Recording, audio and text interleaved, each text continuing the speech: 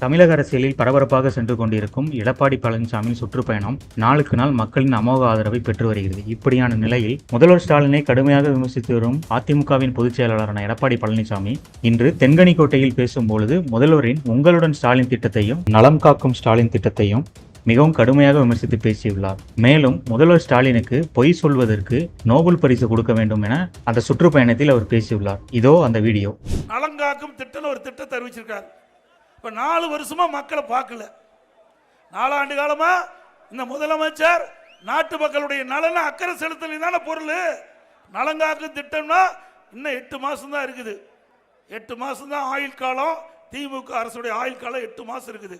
ஆக இப்பொழுது நலங்காக்கும் திட்டம் என்ற ஒரு திட்டத்தை அவர் பேர்ல வச்சு அறிவிச்சு இப்போ நலங்காக்குறாராம். திரு ஸ்டாலின் அவர்களே, உங்களுடைய தில்லுமுள்ளு எல்லாமே நாட்டு மக்களுக்கு நன்றா தெரியும். தேர்தல் வந்தா எப்படி எப்படி அறிவிப்புகள் விடுவீங்கள் என்று கவர்ச்சிகரமா பேசி மக்களை ஏமாற்றி வாக்குகளை பெறுவதிலே நீங்கள் மிக மிக புத்திசாலி என்று எல்லோருக்கும் தெரியும். தந்திரமாக பேசி மக்களை ஏமாற்றி ஆட்சிக்கு வந்த பிறகு எந்த திட்டத்தையும் நிறைவேற்றாத ஒரே முதலமைச்சர் இன்றைய முதலமைச்சர் ஸ்டாலின். இதே நலங்காக்கும் திட்டம் நம்ம அண்ணா திமுக ஆட்சி இருக்கின்ற பொழுதே கொண்டு வரப்பட்ட திட்டத்திற்கு பெயரை மாற்றி ஸ்டிக்கர் ஒட்டி நலங்காக்கும் திட்டம் என்ற பெயரை சூட்டியிருக்கிறார். அனைத்து இந்திய அண்ணா திராவிட முன்னேற்ற கழக ஆட்சி 10 ஆண்டு கால ஆட்சியில் 15 லட்சம் மருத்துவ முகாம் நடத்தியிருக்கிறோம். 15 லட்சம் மருத்துவ முகாம்கள் தமிழ்நாட்டில் நடத்தியிருக்கிறோம். ஏழை எளிய மக்கள் எங்கெங்கெல்லாம் இருக்கின்றார்களோ எல்லா கிராமத்திலிருந்து நகர வரை இன்றைக்கு மருத்துவ குழு சென்று அங்கே ஏழை மக்கள் இருந்து யாரெல்லாம் அந்த மருத்துவ முகாமில் கலந்து கொண்டார்களோ அவர்களெல்லாம் பரிசோதனை செய்து அவர்களுக்கு நல்ல சிகிச்சை அளித்த அரசாங்கம் அண்ணா திமுக அரசாங்கம். 15 லட்சம் பேருக்கு மருத்துவ முகாம் நடத்தும். 15 லட்சம் மருத்துவ முகாம் நடத்தி இருக்கிறோம்.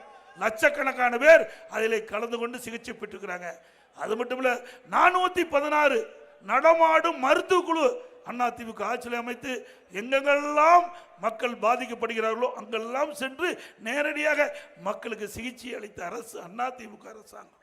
அது மட்டும் இல்லாமல் அம்மா மினிக்கிள்ளை கொண்டாந்தோம். நீங்கள் மக்கள் நீங்கள் நலம் காக்கும் ஸ்டாலின் நீங்கள் அறிவிச்சிருக்கிறீங்க. ஒரு தடவை முகாம் நடத்துவீங்க, அப்புறம் வெளியில் அதோட அந்த முகாமோட போயிடுவாங்க. பிறகு ஒரு 15 நாள் 1 மாதம் கழிச்சு அவர்களுக்கு ஏதாவது நோய்வாய்ப்பட்டால் அவருக்கு யார் சிகிச்சை அளிப்பது? ஆகவேதான் அனைத்து இந்திய அண்ணா திராவிட முன்னேற்ற கழக அரசு இருக்கின்ற பொழுது இன்றைக்கு அம்மா மினிக்கிளினிக்கு திறந்தோம். 2000 அம்மா மினிக்கிளினிக்கு திறந்தோம். தமிழ்நாடு முழுவதும் 2000 அம்மா மினிக்கிளினிக். அதில் ஏழை மக்கள் அதிகமாக வசிக்கக்கூடிய பகுதியை தேர்ந்தெடுத்து அங்கே ஒரு எம்பிபிஎஸ் டாக்டர், ஒரு செவிலியர், ஒரு மருத்துவ உதவியாளர் நியமிக்கப்பட்டு அந்த பகுதி மக்களுக்கு அங்கேயே சிகிச்சை அளிக்கக்கூடிய திட்டம் தான் அம்மா மினிக்கிளினிக் திறந்து சிறப்பாக செயல்பட்டு இருந்தது. அதுவும் அரசியல் கால் பிடிச்சது காரணமாக அதையும் ஸ்டாலின் அரசு மூடுவிழா செய்து விட்டது.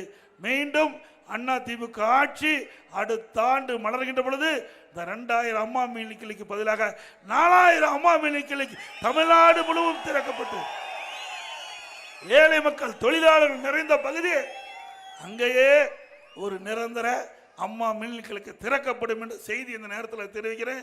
அண்ணா திமுக ஆட்சி இருக்கின்ற பொழுது புதிதாக 10 ஆண்டு காலத்தில் கிராமப்புறத்தில் இருக்கின்ற ஏழை மக்களுக்கு நல்ல சிகிச்சை அளிக்க வேண்டும் என்பதற்காக 254 ஆரம்ப சுகாதார நிலையத்தை தொடங்கப்பட்டு அங்கே இருக்கின்ற மக்களுக்கு அற்புதமான சிகிச்சை அளித்த அரசு அண்ணா திமுக அரசாங்கம். அப்புறம் உங்களுடன் ஸ்டாலின் இதுவரைக்கும் குடும்பத்தோடு இருந்தார். இப்பதான் மக்களை எண்ணி பார்த்திருக்கார். உங்களுடன் ஸ்டாலின் 4 வருஷமா யாரோட இருந்தாலும் தெரியல. இப்போ இதுல 46 பிரச்சனை இருக்குது. 46 பிரச்சனை மக்களுக்கு இருப்பதாக இன்றைய முதலமைச்சர் ஸ்டாலின் அவர்கள் தெரிவிக்கிறார். இந்த 46 பிரச்சனையை அங்கே அதிகாரிகள் வீடு வீடாக வந்து உங்களுக்கு என்ன பிரச்சனைன்னு கேட்டு நீங்கள் மனுவாக கொடுத்தீங்களா? அந்த மனுவை சம்பந்தப்பட்ட அதிகாரிக்கு அனுப்பி தீர்வு காண்பதாக ஒரு பச்சை பொய்யை சொல்லி இந்த அறிக்கையை வெளியிட்டிருக்காரு. அவரே தொடங்கி வச்சிருக்காரு. இது நடக்குமா? இது மக்களை ஏமாற்றுகின்ற செயல் தானே. அடுத்த ஆண்டு தேர்தல் வர காரணத்தினால எப்படியோ மக்களை பொய்ய கையை பேசி கவர்ச்சிகரமாக பேசி ஆட்சிக்கு வர வேண்டும் என்று தில்லு முள்ளு செய்கின்ற திமுக தான் இந்த திமுக. அது மட்டும் இல்லை, இதே போல அண்ணா திமுக ஆளுங்கட்சியாக இருக்கும்போது அம்மா அரசு இருக்கின்ற பொழுது இதே ஸ்டாலின் எதிர்கட்சி தலைவராக இருந்தார். அப்போ ஊர் ஊரா போனார். ஊர் ஊரா கிராம கிராமமா போனார். அங்க போய் ஒரு திட்டு கண்டா பெட்ஷீட்டை போட்டு அமர்ந்துக்கிட்டார். முன்னாண்ட பொதுமக்களை அமர வச்சுக்கிட்டார். அவர்கிட்ட கேள்வி கேட்குறார், உங்களுக்கு ஏதாவது பிரச்சனை இருந்தால் நீங்கள் மனு மூலியமா எழுதி நான் கொண்டாந்து பெட்டியில் போடுங்க. அந்த பெட்டியை பூட்டி சீலை வச்சு நான் எடுத்துக்கிட்டு போய் பத்திரமா வச்சு திமுக ஆட்சிக்கு வந்த பிறகு சீலை ஒடிச்சு பெட்டியை திறந்து மனுவை எடுத்து படித்து பார்த்து உங்களுடைய கோரிக்கை நிறைவேற்றுங்கிறார். நிறைவேற்றினாரா? அப்புறம் நிறைவேற்றிருந்தா இந்த எதுக்கு பிரச்சனை, மறுபடியும் எது கேட்குறாரு? ஆக அன்றைய தினமே மக்கள் மனு போட்டாச்சு. திரு ஸ்டாலினை நம்பி மக்களுடைய குறைகளை மனுவாக எழுதி அவர் கொண்டு வந்த பெட்டியில் போட்டு அதற்கு அவரும் ஆட்சிக்கு வந்த பிறகு பெட்டி திறந்து படிச்சு பார்த்து மனுவை தீர்த்து வைத்தேன்னு சொன்னாரு. தீர்த்து வைத்தாரா? அப்படின்னா பொய் தானே பேசுறாரு. ஆக எப்படியெல்லாம் மக்களை ஏமாற்றுகிறார் என்பதை நாம் உணர வேண்டும். ஆனா இப்படி பொய் பேசுவதற்கு நோபல் பரிசு கொடுக்கணும்னா தமிழ்நாடு முதலமைச்சர் ஸ்டாலின் கொடுத்தா பொருத்தமா இருக்கு. அழகா பொய் பேசுவார்.